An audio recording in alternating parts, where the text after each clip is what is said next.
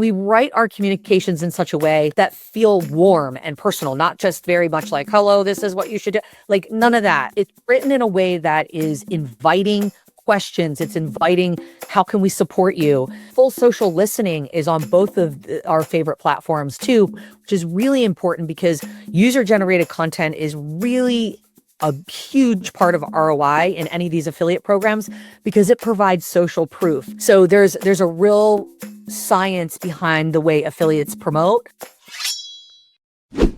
Welcome to Business Ninjas, brought to you by WriteForMe, where you'll hear from business leaders who are out there growing their business and slaying it every day. Learn from the masters. Let's get started.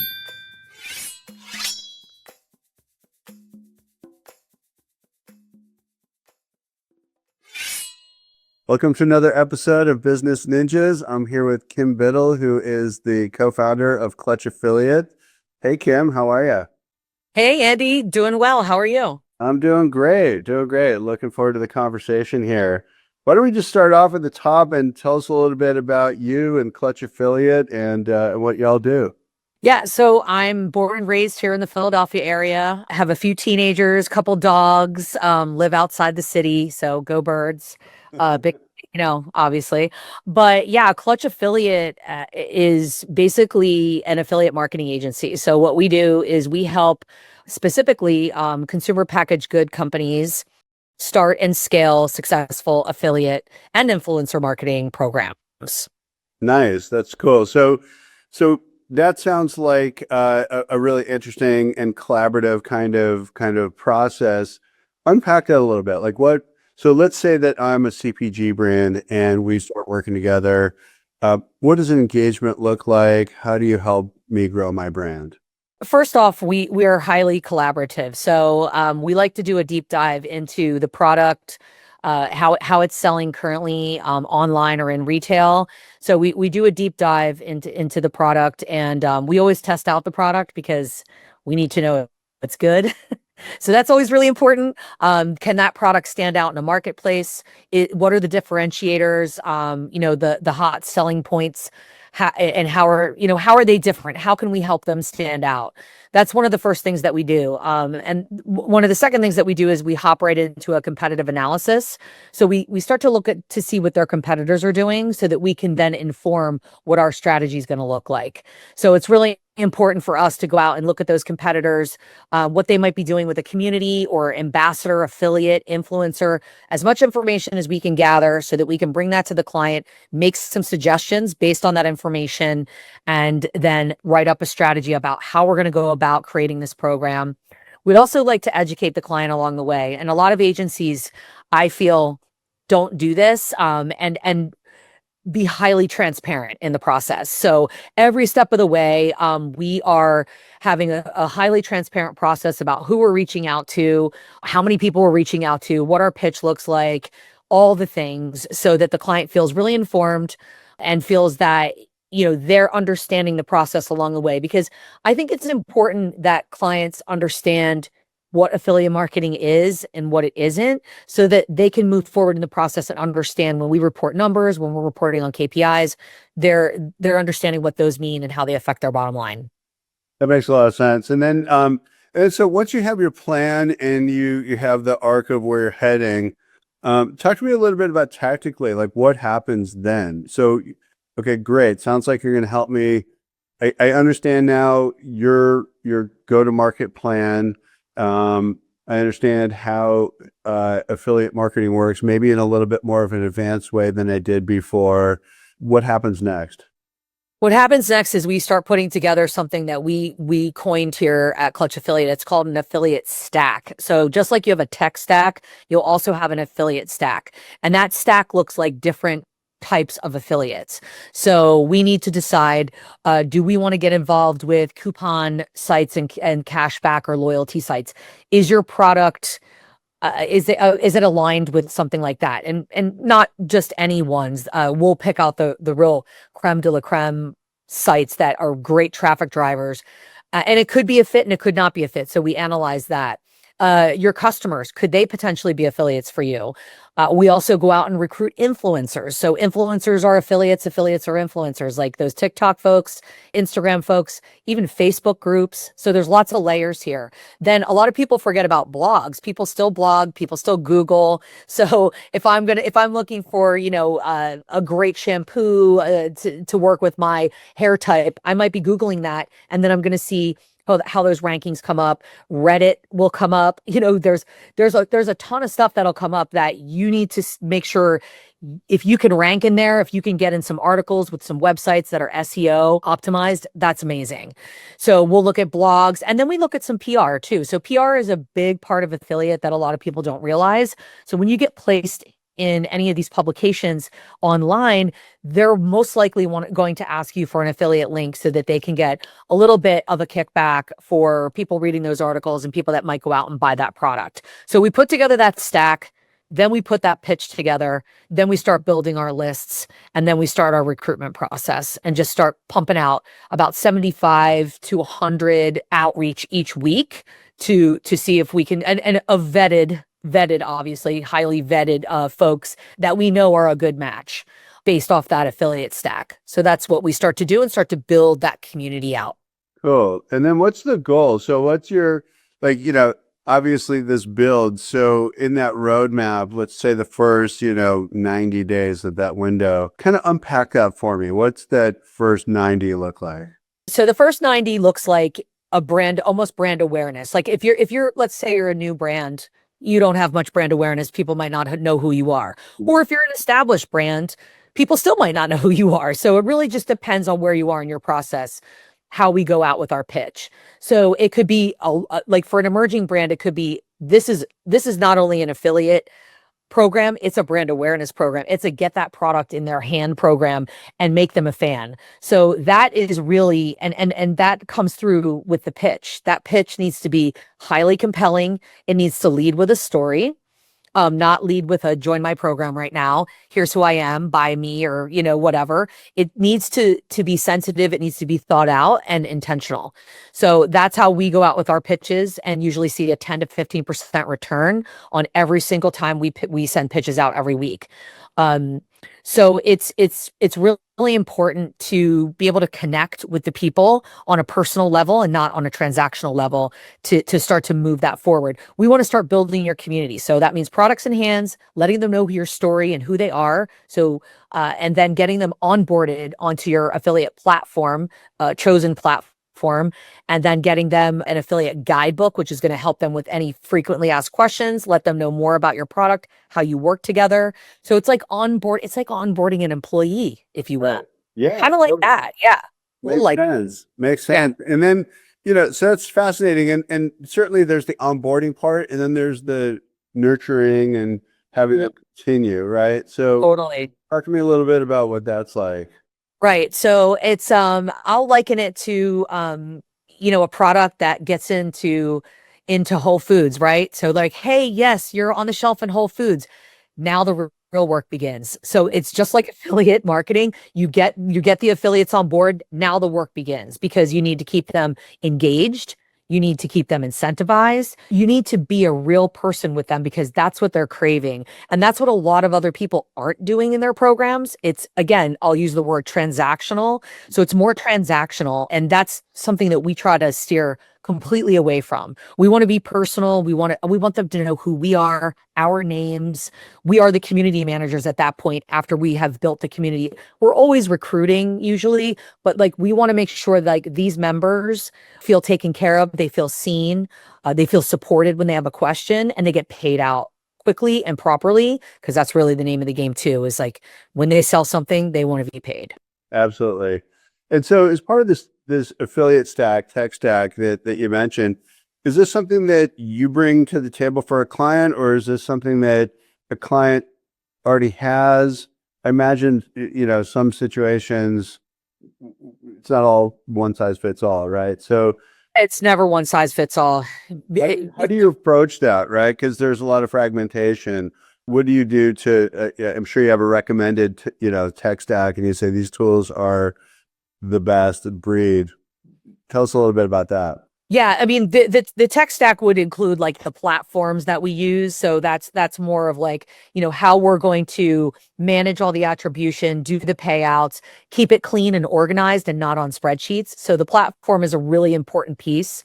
We tend to toggle between two platforms that we love, just because we've used so many Yeah. that I should say three platforms at the moment, but we've used so many of them. We've kind of drilled down on the ones that are really keeping you in the platform and not having to go out for communication, for payouts, for organization, for analytics. So if I can do most of my work in that app or that platform, which a lot of them are apps anyway, that's an advantage. And then if when we are done working with the client, to hand that off is just such an easier process. And then the client feels really supported and they feel good because all their automations are set up, everything's set up, and they're just in this phase where someone, maybe a junior person, can take it over, or maybe it's the social media person that's just a few hours a week, and it's in a really well-oiled like machine type situation. Yeah. So the affiliate stack is something that we create, and that's kind of a term just because everybody has the tech stack, right? So I figure there is an affiliate stack because there's all different types of affiliates. There's not just one, and they look different for every single company that we work with. So they can look different. There could be no coupon and cashback loyalty. It's not right for everybody, and it could be heavy on the blog and heavy on the influencers, or even heavier on customers. It just depends. What's the best blend? Right, right. Interesting. And so when you're strategizing with the client on this and you're proposing the tech stack that you're bringing to the table, there's a roadmap obviously with that as well, right? So number one is, like you said, let's start recruiting affiliates and getting them going. Do you have other tools that help you build community amongst these affiliates? Like, do the affiliates ever talk to each other, or are you using automation to manage the scale of the affiliates that you build as part of the community, or how do you manage that so that you keep everybody engaged, but it's also efficient for you? So some of the platforms that we work with, and again, we've boiled them down to two to three that we really highly like to work on because they have a community feature where people can talk to each other. Yeah. They have a feature where I can send out a communication and it'll say, "Hi, Andy."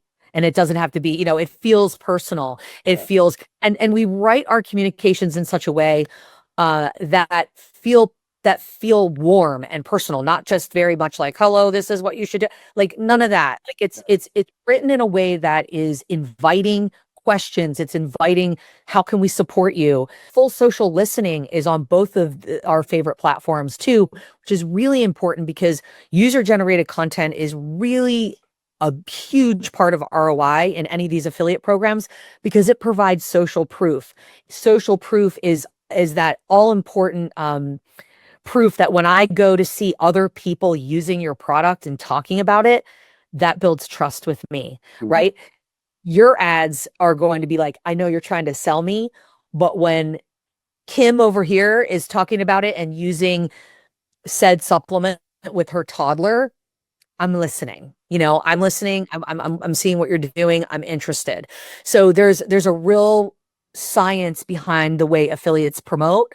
I'll give you an example. We have a supplement company that, I mean, one affiliate, the way that she presents her content, no one feels sold to, and she has sold probably over $9,000 of this one supplement in a very short period of time. And I've analyzed her content and I see why. It's because she's not even tagging the brand in her content. She is allowing people to ask the question. So it's opting in. "Hey, what supplement are you giving your toddler?" "Oh, I'll send you the link." Real laid back and subliminal, not like, "Hey, click the link. Hey, do this. Hey, do that." Right, So right. there's a real interesting way that some affiliate slash influencers will go about promoting, and it could be really great for them. So that gets me to the content side of this, right? And the message, because now you build your team, right? These are the influencers and the affiliates. Talk to me a little bit about the messaging and how you steer that, or how you get everybody on the same page with, here's where we're going. This is thematically on brand. How do you do that? That's a great question. That's a really good question. And that's where our affiliate guidebook comes in. So we start to say, do this, not that. Here's some really great examples of content. So we give the affiliate tools on how to sell more, on how to talk about the brand in an effective, efficient manner. And also sometimes some of these clients and some of their brands need more explaining. So and again, let's take the supplement. It's not like just like a drink. It needs more explanation. People want to know more. Is it third party tested? Like the things to talk about, the hot buttons, what people will usually ask about a supplement. Here's your answers.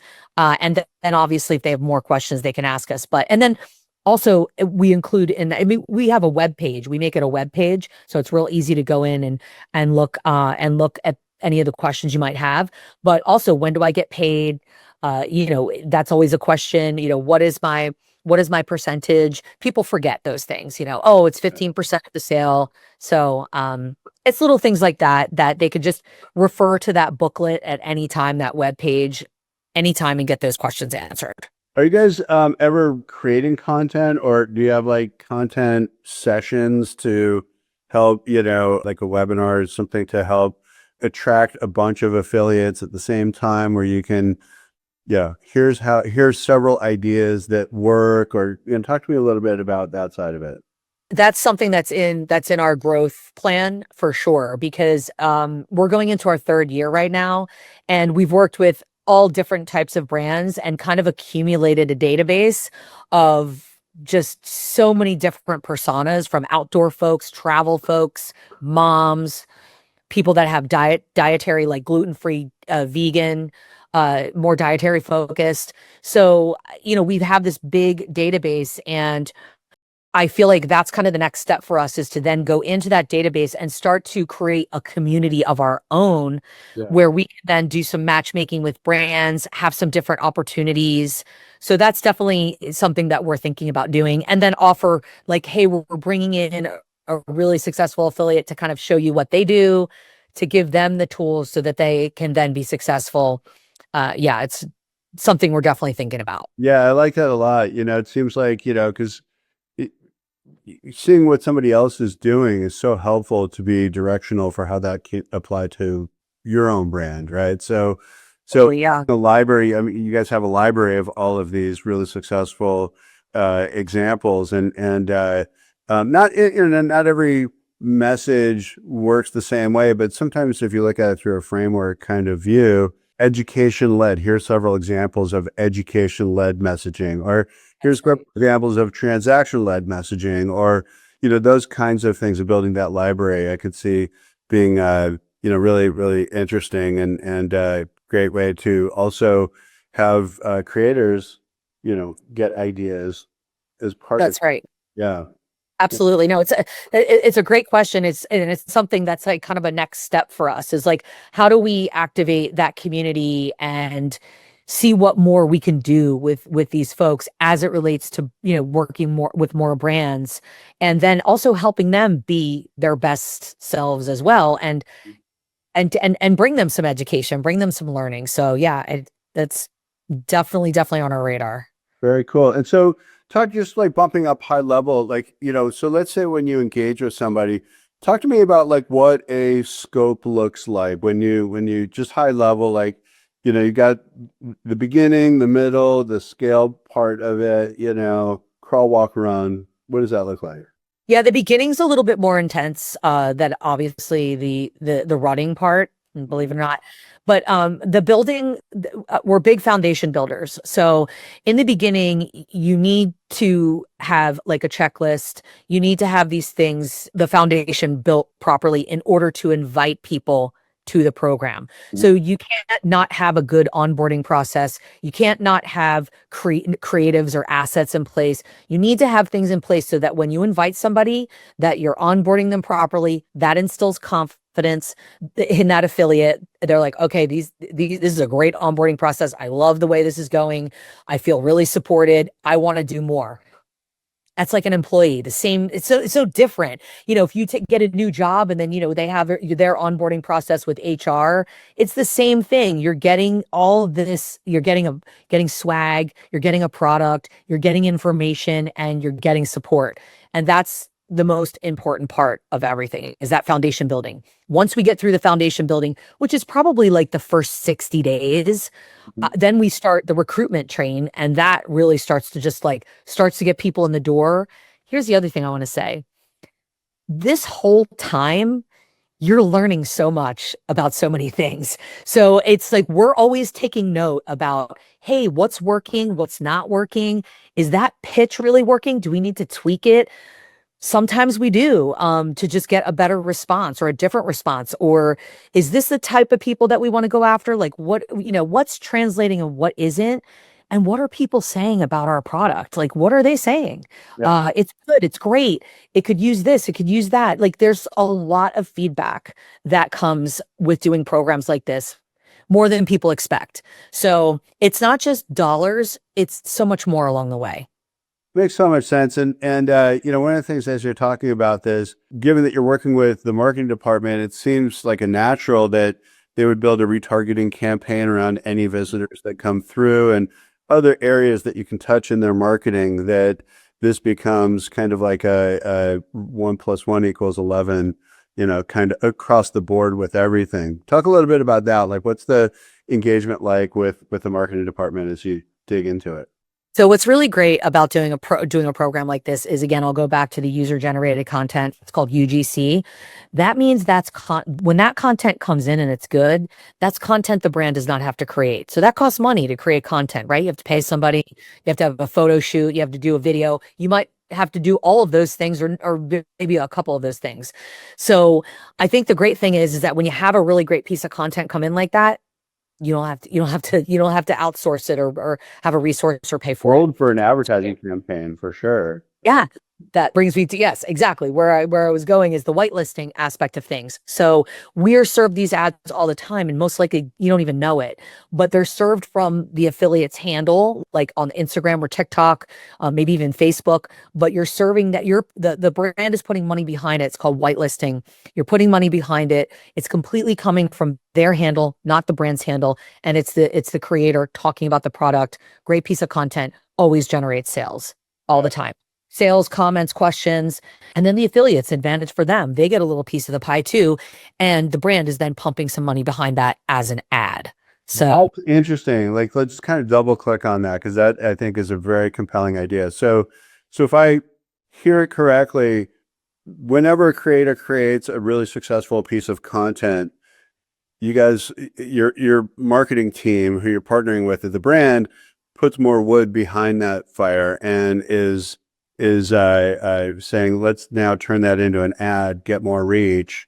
And yes, imagine, doing like 1% lookalike or something like that with that audience even, and just really scaling it up. that's right. That's right. And some pieces of content really perform really well. And that's the whole analyzation process that we go through with the marketing department, with the social media.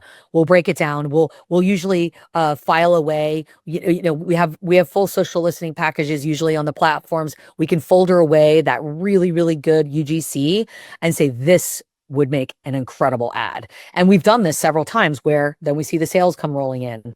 It's just like being, the other thing is like, shifting to a PR standpoint. If we're able to grab some PR for one of our clients, we were able to get them into Bon Appetit as one of the top 10 snacks picked by the editors. And I just watched the sales rolling in on the platform from that URL, from that link. And it was great. And it really does work. So, Is so Bon yeah. Appetit an affiliate in that scenario, or is this just organic? Well, I mean, they're grabbing an affiliate. Yeah. I mean, and they disclose that in their articles that they Sure, will yeah. affiliate links. So yeah, I mean, they are acting as an affiliate, and usually, that's a way that they get to make a little extra money on some things. Great way for a publisher to monetize their traffic for sure, and have Yeah. it be useful, right? I mean, it's good. They're all on the platforms. They're all there. You go into any platform, you see Condé Nast, you see, all of them. Sometimes they're individual. It just really depends. Yeah. What about in the local space? Do you work with anybody locally like that, or is it mostly are these more national and international brands? Mostly national brands. Sometimes international, it depends. Like international would appeal more to like if it's an app. You know, Mhm. we've worked with an app before where it's like, well, anybody can download the app as long as they have the app store. And Sure. so that doesn't, the borders don't really matter there. But usually it's, we're working with companies in the US that are shipping in the US, maybe sometimes to Canada, not really internationally usually, but and sometimes they have a big retail play, which again, affiliates can come in handy there because now there are ways to have online promotion with offline sales and then attribution back to the Yeah. online promoter. So there's ways. There didn't used to be ways to do that, but now there are, and it can work really well because pushing pushing folks to that retail to get that velocity is really important to brands when they get on shelf, especially initially when they get on shelf in that first 6 months. Yeah. It's like, oh, so Nice. Talk to me about the business side of this. Like, from a revenue standpoint, how do you guys scope it out, and how does it work on the commercial terms? yeah, we have a pretty standard retainer, and we feel that it's a fair retainer for the amount of work that we're doing. We are doing a tremendous amount of work in the beginning, in the first 6 months. There's a lot of work going into it. We're sourcing people. We're looking at every single social profile, blog. Looking at analytics. So there's a lot that goes into it. So we have a straight up retainer for about 6 months. And then, after 6 months, we'll reevaluate that retainer. Maybe we back it down and we just go into a maintenance phase. Maybe the client brings it in house and has someone handle it. We train them up. Happy to do that. All right. So we're really pretty flexible. Our main goal is to just create a program for a brand that's successful and even easy to take in house when the time is right. Yeah, you Just guys to are an accelerator. That I could really see like how that is such an acceleration for a brand, and everybody's busy, so it's helpful to have ownership around it. Exactly. And I mean, this isn't popular opinion if you're an agency, but I think that having someone dedicated to community building, affiliate building, influencer building in house is a totally different feel than having an agency do it. I think you have an agency do it for you in the first 6 months. Again, not popular opinion with agencies, right? But and some we have clients that have been with us for a few years, right? And that's just the way they want it. Some people don't want to have anything to do with it. Some people have that desire to do it. Just depends. Yeah. So either way, it does work. So and we just feel like, and we've been on the other side where we've been in-house and working on the program. Yeah. So it's Talk to me about your background. I mean, it's such a fascinating experience that you create for your clients. How'd you get here, and tell us a little bit about that? Yeah, so I mean, I started my career off in telecom. So I did, knocked on 50 business doors a day. I did the school of hard knocks with sales. So Great. I love that. That is great. That's like oh my gosh, that's the real stuff everything right is there. easy. Everything is easy. When you can do that, everything else seems like I could do this job. So yeah, I did that for a long time and very, had great success with it. And health and wellness, natural products was really just something that I loved and was a passion of mine. So when I had an opportunity to jump into this consumer packaged goods space, particularly in the natural space, I jumped at the chance to do it. So I started off in sales, did some marketing, then did a whole influencer affiliate program at an agency where I was. So ran that. And really, that's where I was able to kind of cut my teeth on this space and really understand it. And then what happened is I was working for a brand at the time, and this one affiliate platform was looking for experts. So it was a side hustle. And then I got my business partner involved, and we were side hustling, just helping people create these affiliate programs on the side during our day jobs. And I just kind of said, I think there's something here. I think people don't understand this space. A lot of people don't want to do the heavy lifting. Like, why can't we come in and help people do that? We've been in this CPG space for like 18 years. Yeah. So we have a lot of contacts. We know a lot of people, and we want to be helpful. And I literally will have calls with people where I know they're not going to do business with us, but that's okay. Maybe they won't spend thousands of dollars with somebody who's promising them the moon and the stars, and they'll do it themselves, or they'll hire somebody to do it. And so I just want to see people not go down the wrong road with it. And Yeah. so we'll educate them anytime people can ask. I'm like, door open for questions all the time. Very Just want to see cool. the right decision. Yeah. On that note, like, how do people find you? I'm sure, anybody listening to this is going to be like, okay, this sounds pretty awesome. Sounds great. How Yeah. do I get in touch with Kim? Yeah. Well, you can find us at clutchaffiliate.co. So that's .co. Yeah. And then of course I'm on LinkedIn, Kim Biddle. My picture's there. You'll see it'll say Clutch Affiliate, or Lisa Kimball is my business partner. So you can find her there. I'm pretty active on LinkedIn, got a lot of contacts. So I love LinkedIn. That's a great place. Or you can simply reach out to me at kim@clutchaffiliate.com. And that's my email. So pretty easy to get a hold of me. Yeah. Excellent. Well, very cool, Kim. This is so great. Love what you guys do. It's such an important need, and it's a great growth opportunity for any brand that we know that we live in a UGC world now. So, being able to harness that and use that as leverage to grow your business is great. So give Kim a call if you're listening to this, and thank you so much, Kim. This was great. Andy, thank you so much for having me. It was great. Great chat. Our pleasure. Awesome. Thank you. All right. Well, thanks everybody for listening. Take care.